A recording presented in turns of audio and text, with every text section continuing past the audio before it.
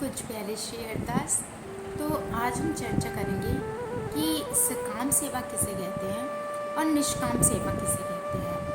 तो यदि हम सकाम सेवा की बात करें तो हम लोग अपने ऑफिस में, अपने घर में कोई कर्मचारी, कोई नौकर नियुक्त करते हैं जो हमारा काम करता है और हम बदले में उसको पगार देते हैं, सैलरी देते हैं। तो वो होती है सकाम सेवा।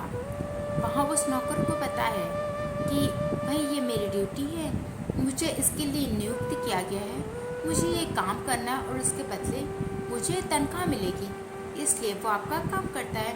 अगर उसे ये मालूम होगा कि मुझे कुछ नहीं मिलेगा तो शायद वो आपका काम नहीं करेगा। लेकिन दूसरी ओर होती है ना निष्काम सेवा। जैसे एक सुपुत्र होता है, वो अपने माता पिता की सेवा करता है, उसको बदले में उसे कुछ नहीं चाहिए होता। उसी तरह मान लो कोई आज्ञाकारी शिष्य है, वो अपने गुरु की सेवा करता है, लेकिन उसको गुरु से बदले में कुछ चाहिए नहीं होता।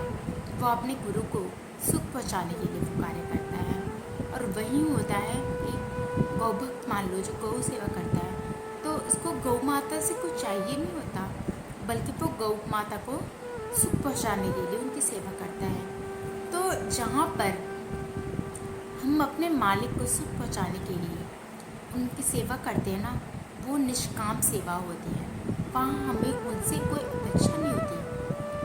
हम अशुल्क, जैसी गोपियाँ हैं, वो ठाकुर जी से कहती हैं, सूरत नाथ ते अशुल्क दास का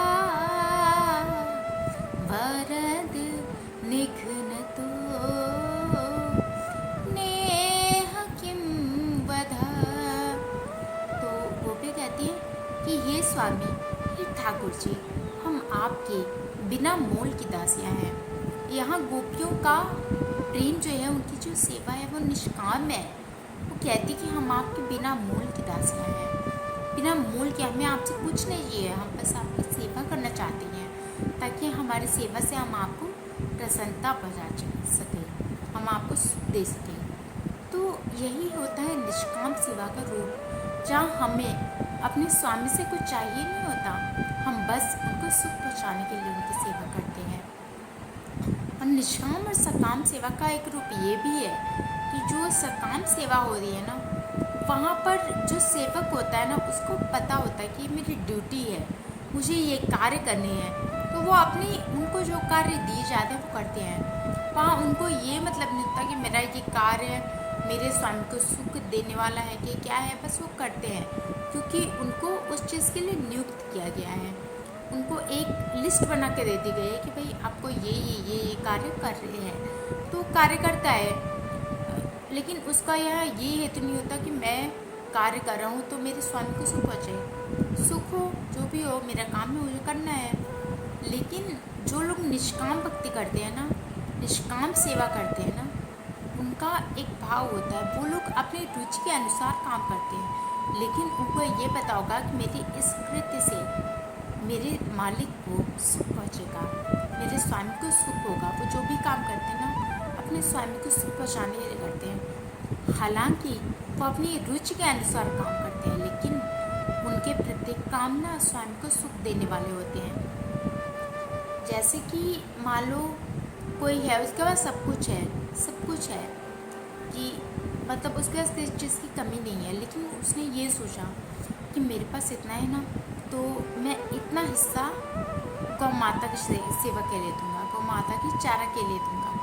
हालांकि उसके पास समय नहीं है, उसको ये समय नहीं कि वो जाके गौ माता की चरण सेवा कर सके या गौ माता को अपने हाथ से चारा खिला सके। उसके पास कुछ समय नहीं है, लेकिन उसके पास में अर्थ है जो उसने गौ सेवा के लिए दे दिया कि आप मेरे इस अर्थ को गौ सेवा में लगाओ। तो वो निष्काम रूप से अपनी सेवा कर रहा है। वहाँ उसको कोई कामना नहीं है कि मैं अगर सेवा कर रहा हूँ तो बदले में मुझे कुछ मिल जाए, बल्कि वो कह रहा है अगर माता की कृपा से, गौ माता की कृपा से, प्रभु की कृपा से मुझे इतना सब कुछ मिला है, तो इसका मैं कुछ हिस्सा ठाकुर जी की सेवा में लगा दूँ। तो उसे कुछ चाहिए नहीं, लेकिन वो कर रहा है। तो वहाँ वो अपनी रुचि के अनुसार कर रहा है, जहाँ उसके पास टाइम है जिस तरह से उसके पास समय है, जो उसके पास है, वो उस तरह से कर रहा है। लेकिन वहाँ पर उसके पास ये नहीं कि उसकी ड्यूटी है, आपको ये चीज़ें करनी है तो आप करो। वो करेगा सेवा, लेकिन अपने आप से करेगा। इसी तरह से सेवा जो होती है वो पूजा कब बन जाती है, जब एक सेवक अब जिनकी सेवा कर रहे हैं उनको उसके अंदर ना मनुष्य भाव का त्याग कर दे। जैसे मान लो हमसे लोग कहते हैं, कई कई लोग जैसे हम बात करते हैं आपस में, तो लोग कहते हैं भाई कंठीमाला तुम ही लोग करो, हमारे पास इतना वक्त नहीं है, हम तो घर के कामों में व्यस्त रहते हैं, हम तो ऑफिस के कामों में व्यस्त रहते हैं, हमारे पास पूजा पाठ का टाइम नहीं है कि तुम ही करो, तुम्हारे पास कोई काम नहीं है तुम ये करो। तो ठीक है, हमारे पास कोई काम नहीं है तो हम ये कर रहे हैं, लेकिन अगर आप लोग भी चाहो ना तो आपका कर्म ही आपकी पूजा बन सकती है। कैसे? अगर एक गृहिणी घर में भोग बना रही है, लोगों के लिए भोजन बना रही है, घर का काम कर रही है, तो उसको सिर्फ ये भाव त्यागना होगा कि मैं ये जो भी कर रही हूँ वो घर के लोगों के लिए कर रही हूँ। बस वो भाव कर ले कि मैं जो भी काम कर रही हूँ ये ठाकुर जी के लिए कर रही हूँ, तो उसका वो कर्म ही उसकी पूजा बन जाएगा। ऐसे ही अगर कोई ऑफिस में काम कर रहा है, तो अगर वो ये भाव त्याग दे कि मैं ऑफिस में अपने मालिक, अपने बॉस के लिए काम कर रहा हूँ, और इस भाव को ग्रहण कर ले कि ये ठाकुर जी का दिया हुआ काम है और मैं ठाकुर जी की प्रसन्नता के लिए कर रहा हूँ, तो उसका वो कर्म पूजा बन जाता है। इस तरह से बस वृत्ति का त्याग करने की आवश्यकता है।